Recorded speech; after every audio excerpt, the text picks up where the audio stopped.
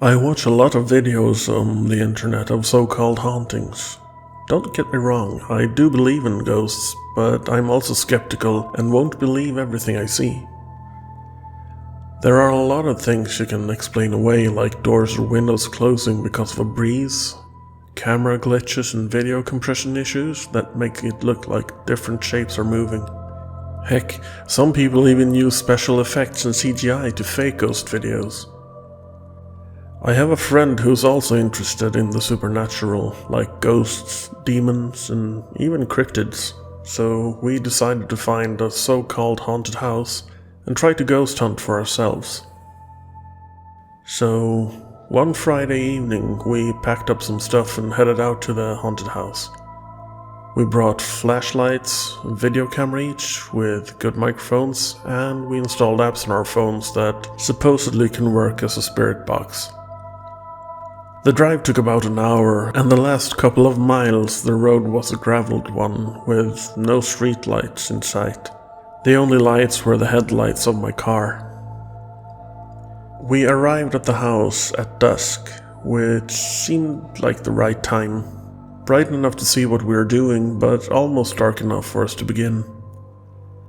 The house itself was built out of wood, 2 stories tall, and not much paint left on the walls. There were trees surrounding it, and the grass had grown tall. The full moon, coming up on the horizon, gave the whole place an eerie atmosphere, perfect for what we were about to do. We unpacked the car, and I locked it as we made our way to the front door of the house.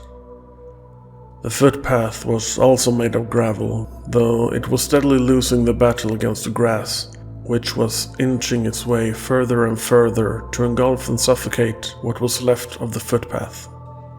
The door stood ajar, so it didn't quite feel like trespassing. No one lived here anymore anyway. The door creaked as we opened it, and we were met by a damp, musky smell.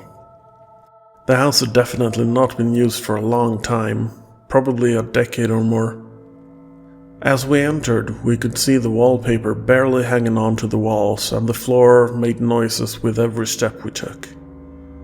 To the right, there was what seemed to have been the living room. Straight ahead we could see what was left of the kitchen. To the left we could see another room, but also the stairs to the second floor. "Dibs on the bottom floor," my friend said. "Fine, chicken, I'll go upstairs then," I replied as I smirked.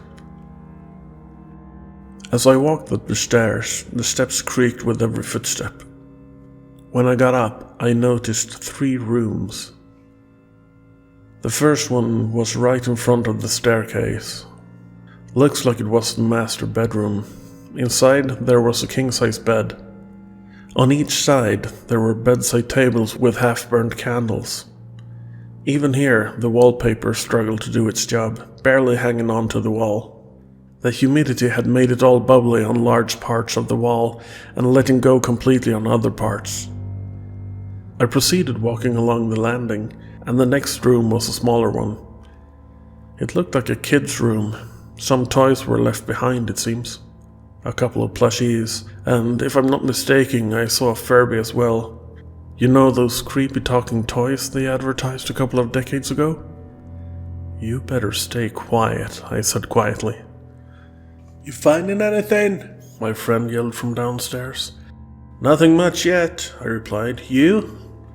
"Nah, nothing particularly interesting. I'll set up my camera in the living room, but close to the kitchen. See if I can catch something." "Okay, you do that. I've got 1 room left to check out, then I'll set up my camera as well." It was completely dark outside as I made my way to the last room. That's probably why it was so dark in there, I thought. The last room looked like a perfect room for a teenager, except for the current state it was in at the time, of course. The room was better preserved than the other rooms I'd seen though. The wallpaper seemed intact, and as I looked around using my flashlight, I saw there was not much on the floor except for some leaves. To the right, the bed stood in the corner, and next to it, a desk. There were some older posters on the wall, with artists and band from an era passed by. even posters of a couple of actors and some anime shows. If I had to guess, this was a teenage boy's room when they were still living here. Seemed they'd left in somewhat of a hurry, though, since the computer was still there. Being a bit of a computer nerd, I slowly walked closer to it and pressed the power button. Nothing happened. "Yeah, didn't think so," I mumbled. "Worth a try, though." I set up my camera so it was facing the bed, and I sat down in the chair at the desk. The room gave off a bit of an eerie vibe, but I figured it was because it was dark and that I didn't live here. I checked the time, and it was getting close to midnight. I opened the Spirit Box app and started to ask some questions. "Is anyone there?" No reply. I waited a few seconds more. "If anyone is here, please give me a sign." Still nothing. Either the app is fake or there's nothing here, I thought. My phone's battery was at 97%, so still a lot of power in it. 96%. Midnight. I felt a slow breeze on my left side, and I thought I heard a faint whisper. I shrugged it off as my brain doing tricks on me. I did get chills on my right side though, but didn't think much of it at the time. 95%. The room felt a bit colder now than when I first walked in here.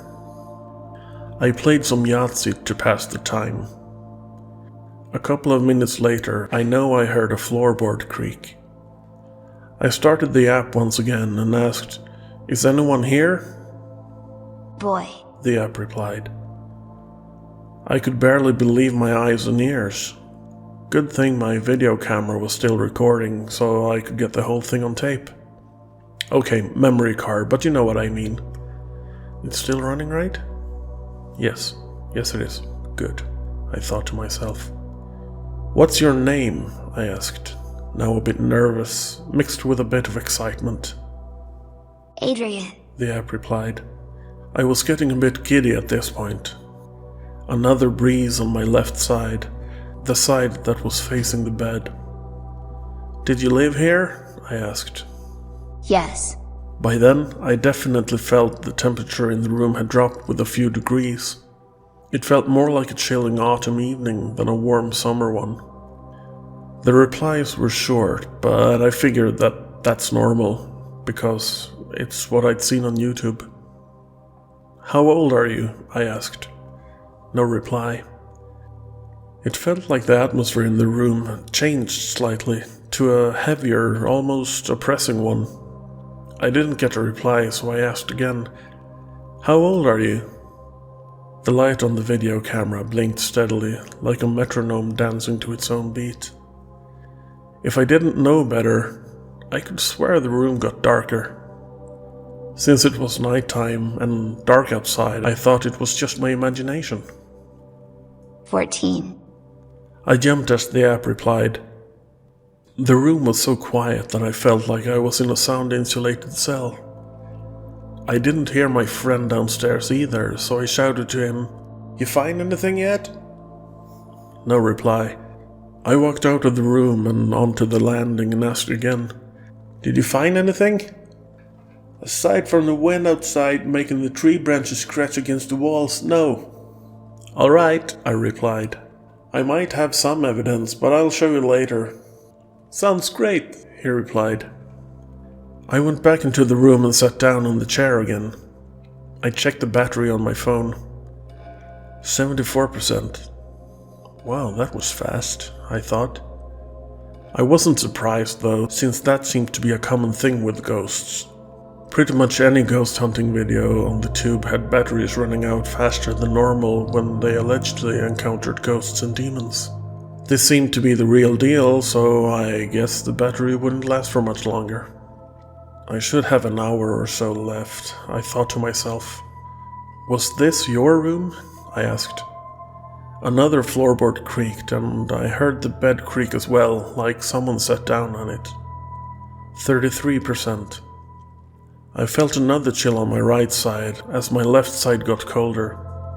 It was almost like someone touched my arm. By that point, I was convinced that there was actually a presence there. Yes. The app replied. Or, I guess I should say Adrian replied. My video camera bleeped 3 times and then turned off. I looked at it as I asked, "Did you die here?" I heard a faint whisper, but not from the app this time. Yes. Adrian replied through the app. "I'm sorry to hear that," I answered, following up with, "Where did you die?" In this room. He answered. "What happened?" I stared intensely on my phone screen. Murder. It said. "You got murdered in here?" No. Murdered family. My excitement was gone, entirely replaced with anxiety and fear. 12%, No.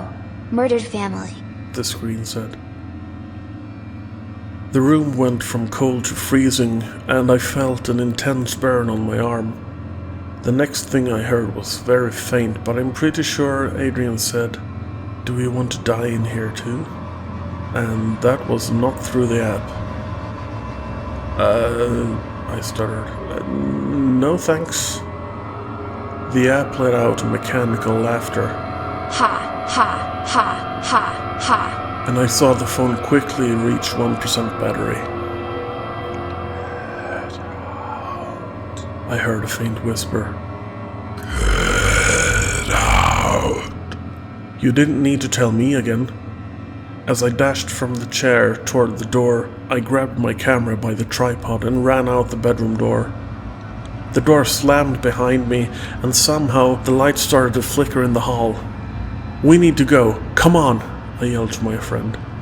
He was right behind me since he had heard me run across the landing and down the stairs. We ran to the car and pretty much threw our equipment in the trunk. Thank goodness I didn't drop my remote so I could unlock the car from a distance. I floored it out of there and only slowed down in the bends until we reached the main road. "I am not going back there ever again," I said. I told my friend what had happened, and he didn't believe me at first, but since he saw my reaction and heard a few of the things I described, like the door slamming, he started to believe. Also, my pale face and the terror in my eyes probably helped. The next day, we looked through the footage and did some research on the property. We did hear a voice in the video I recorded, and the app in my phone had saved a transcript of what I had caught. Regarding the house, apparently a family with a teenage son did live there. One night he had gotten a knife from the kitchen, silently walked through the house and cut the throat of his parents, his younger sister, and finally himself. No one knows why, but they did find all of them in their respective beds. The creepiest thing, which I really had to dig around a lot to find out, was that when they found Adrian, his eyes were wide open and he had an eerie grin on his face.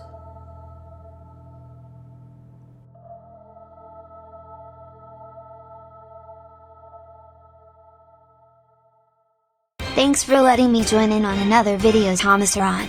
It was fun. You're very welcome. Will there be another video tomorrow? Yeah, that's the plan. I just hope I have enough time to write and record a new one, but I've got some ideas. I don't think you have a part in the next one, Oh, okay. but I'll write one more with you in it. Yay. Thank you everyone for watching. I'll see you next time. Bye.